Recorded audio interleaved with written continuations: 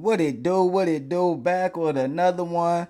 Wrestling with Fuze, Monday Night Memories. We on episode 10.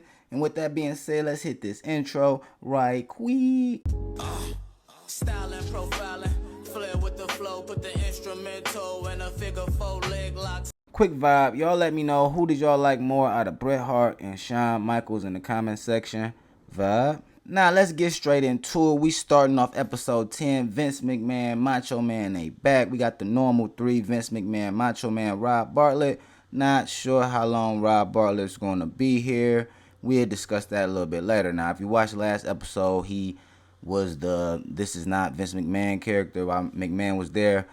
Really wasn't funny at all. I don't know if McMahon took offense to it or not, but let's get straight into it. Macho Man starts off promoting the match, a couple matches for the night. Well, actually, one match for the night. He promoted the Bushwhackers versus Damian, Demento, and the Repo Man. Now, again, if you watched episode 9, when the episode was ending, they kind of let us know what to expect for the next episode, which is this episode. And they had Tatanka going against the Repo Man. So we continue to see Vince switching things up as the weeks progress. I was thinking to myself when I heard that, like, well, will Tatanka be here today or not? You know what I'm saying? But I quickly found out that he will be because Rob Bartlett, he promoted another match for the night, which was Kamala versus Doink. And then Vince went off and said that Tatanka will be in action tonight. So let's get straight into match number 1, which is the Bushwhackers versus Damian Demento and the Repo Man. Now, side note, I think it was a mini mistake. You know, this is early parts of Raw, so I'm looking at the background. I look at the wrestlers and what they do, but I'm looking at the cameramans, and I know how Vince McMahon operate. I know that he's not in the gorilla position at this time. He commentary, but I'm pretty sure he got somebody in his ear. He probably talking to somebody as well. I'm not sure. But anyway, this was a mini mistake.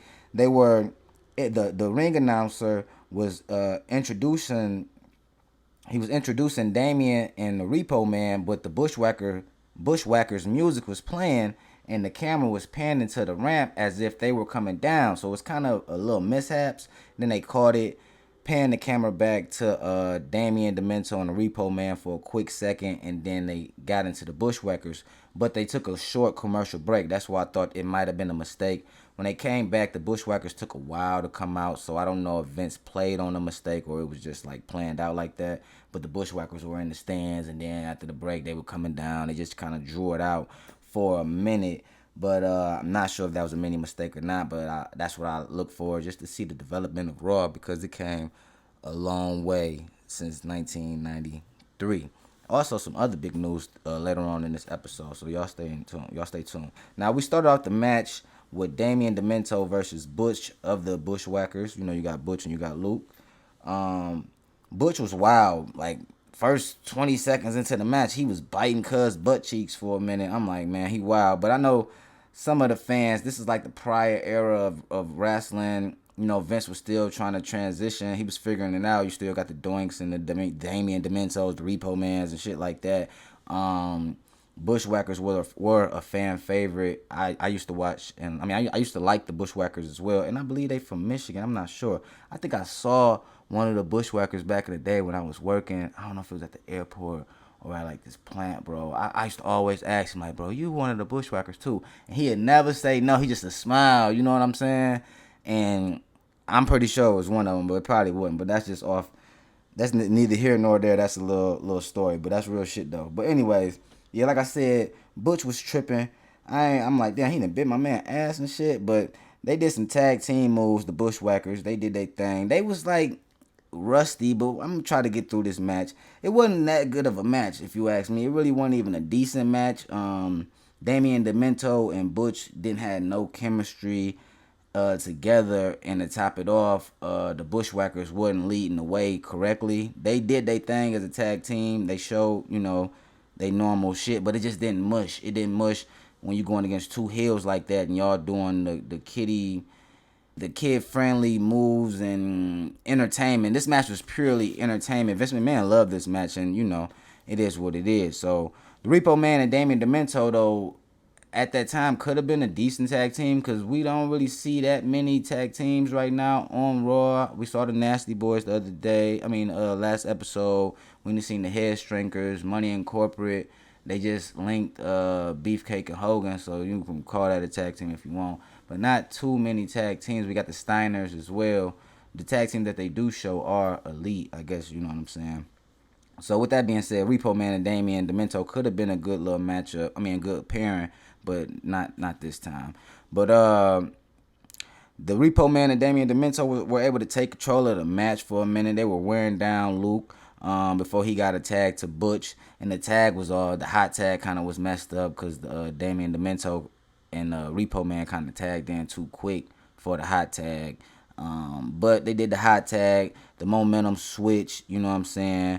Butch was doing his thing for a minute, and then it was a wild ending, I'm not sure if they made a mistake or not. They did a double team to Damian Demento, and they tried to pin him, and then they got up and basically did their finisher, the battering ram to the Repo Man. 1, 2, 3 win. Bushwhackers. I ain't trying to drag that along, y'all. I'm sorry, but like I said, it wasn't a good match for me.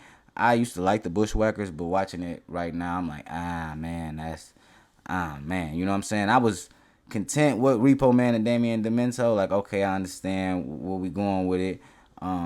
They okay as jobbers and whatever characters Mr. McMahon was trying to make back in the day. They could have been okay in my book, but seeing them go against the Bushwhackers kind of set them back for me, and put them in another category for real because that match was not that good. But we're gonna keep it going. It didn't flow right. It just didn't flow right. But I ain't seen the Bushwhackers yet on Raw, and I'm pretty sure this was their first time on Raw, and it was, it is what it is. They're a fan favorite. The crowd was happy to see them, so it was a gift from Vince McMahon to the crowd to put the Bushwhackers out there. Match number 1. Now we go straight into match number 2, and we get Tatanka in action, and he got another squash match. So Vince is steady pushing him for that Wrestlemania matchup against HBK for the IC title. But tonight he wrestled Rino. I forgot his last name, y'all. Vince McMahon be having these names. That shit was funny when he said it. But Rino, surprisingly, Rino started off the match. He was able to get a cheap shot before the bell rung, and he started off the match, got a rake of the eye to Tatanka, Irish whip. But that got reversed by Tatanka and led to some powerful chops to the chest. Rino definitely felt those chops, bro. Them shits was loud. An Irish whip led into a crazy backdrop from Tatanka. He sent Cuz flying.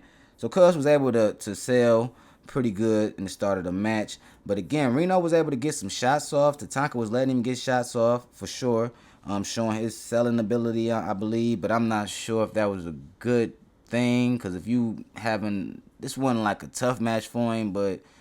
a back and forth with Rino, what you expect when you go against HBK at WrestleMania, you know what I mean? But like I said, Rino was able to get a few strikes in again, but it which led to a sleeper hold. He put him in a sleeper hold and everything. Tatanka was able to reverse that sleeper hold, led to an atomic drop. That's kind of tough to say. Let me say that again. It led to an atomic drop from Tatanka. And Tatanka displayed like his leapfrog ability a couple times. He was hopping over dog and doing reversals and stuff like that. A hip toss, arm drag led into like an arm bar. You know what I'm saying? Rino was able to break the arm bar. You know what I'm saying? And landed a couple more punches and some chops in the corner.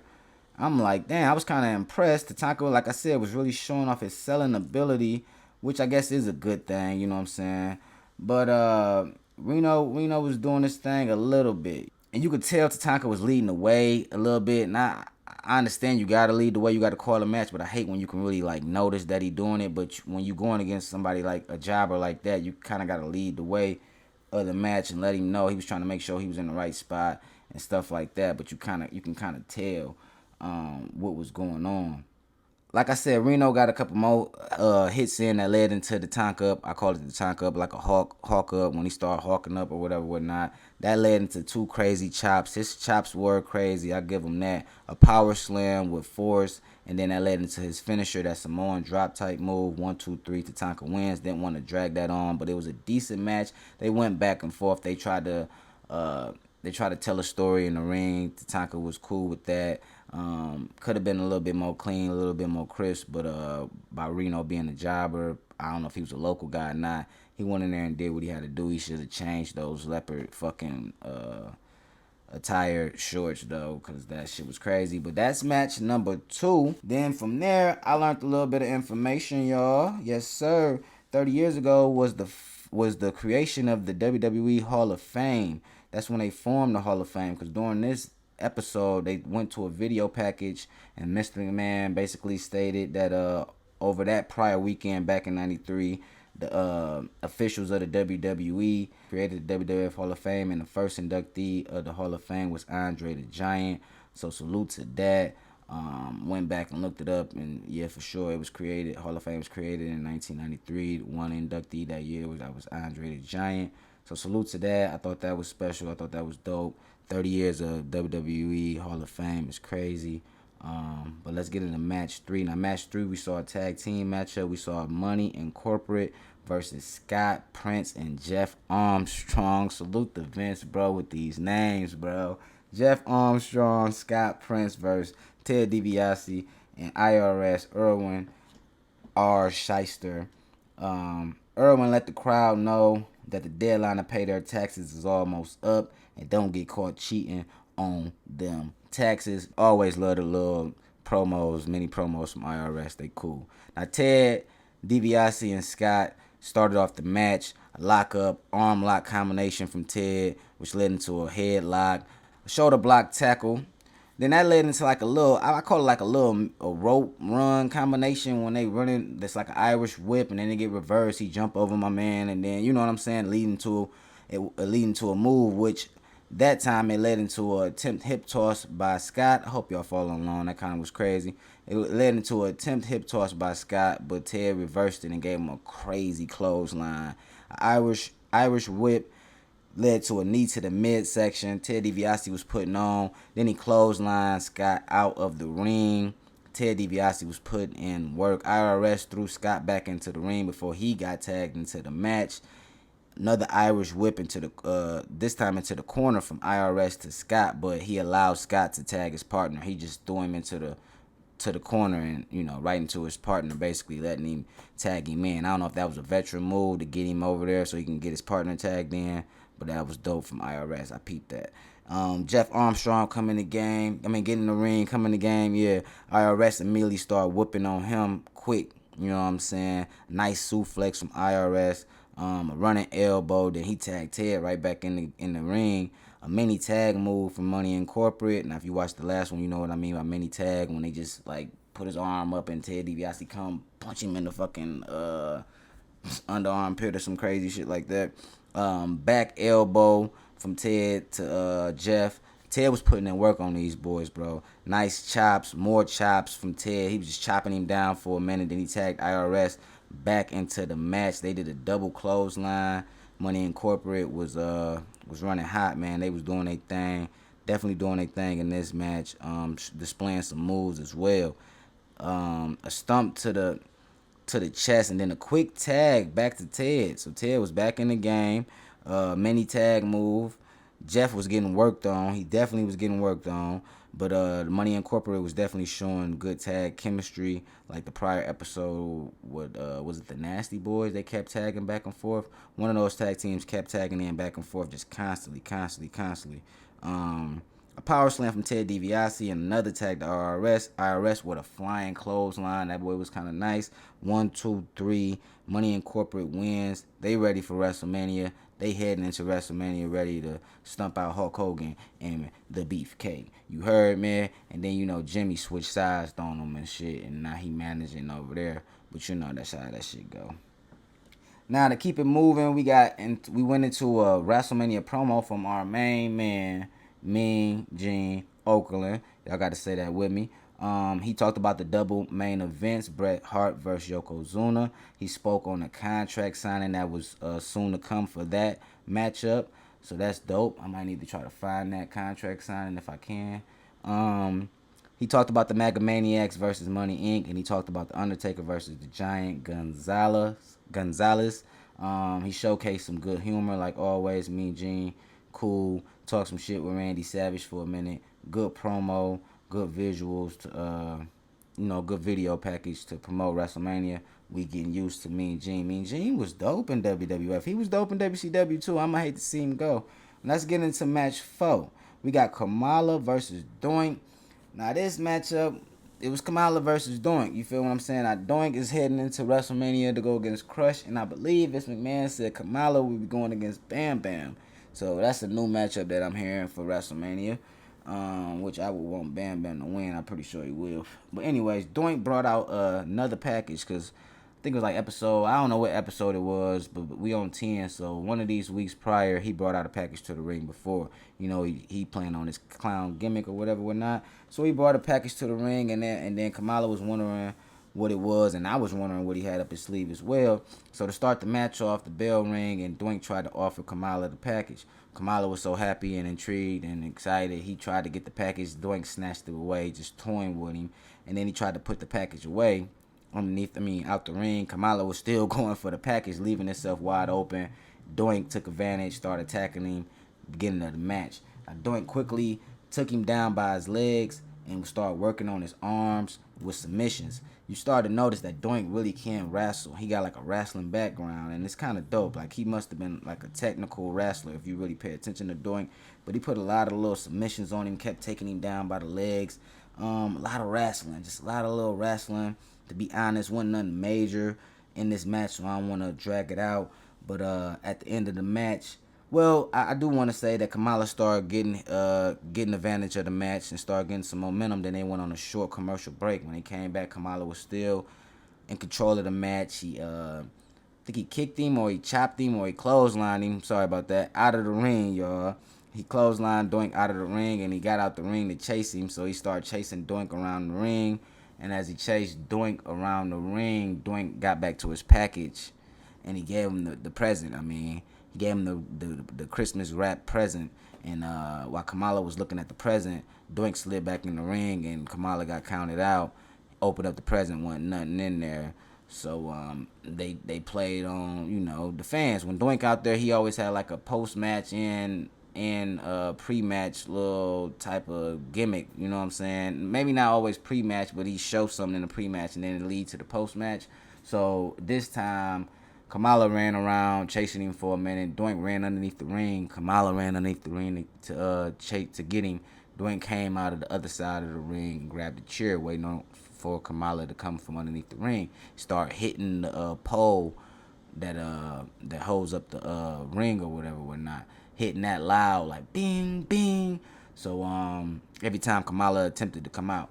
So Kamala went back on the other side, on like one of the other sides, and slid out, classic little, I'm a creep from behind and get you. The creep from behind was so crazy how he creeped up on Doink from behind, bro. That was so funny.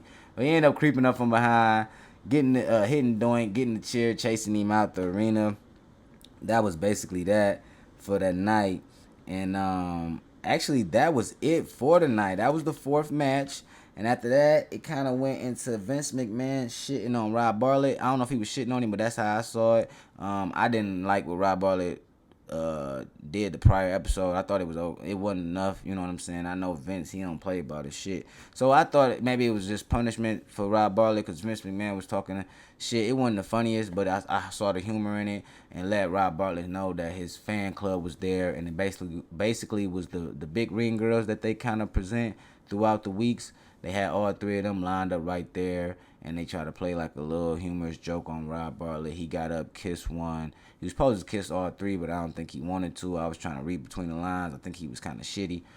Macho Man was right there to not encourage the ladies, but make sure that shit didn't go overboard. And I love Macho Man for that, because no matter what was going on, he tried to, make sure that nobody's feelings got hurt, basically, you know what I'm saying? So I noticed that from Macho Man throughout that whole segment.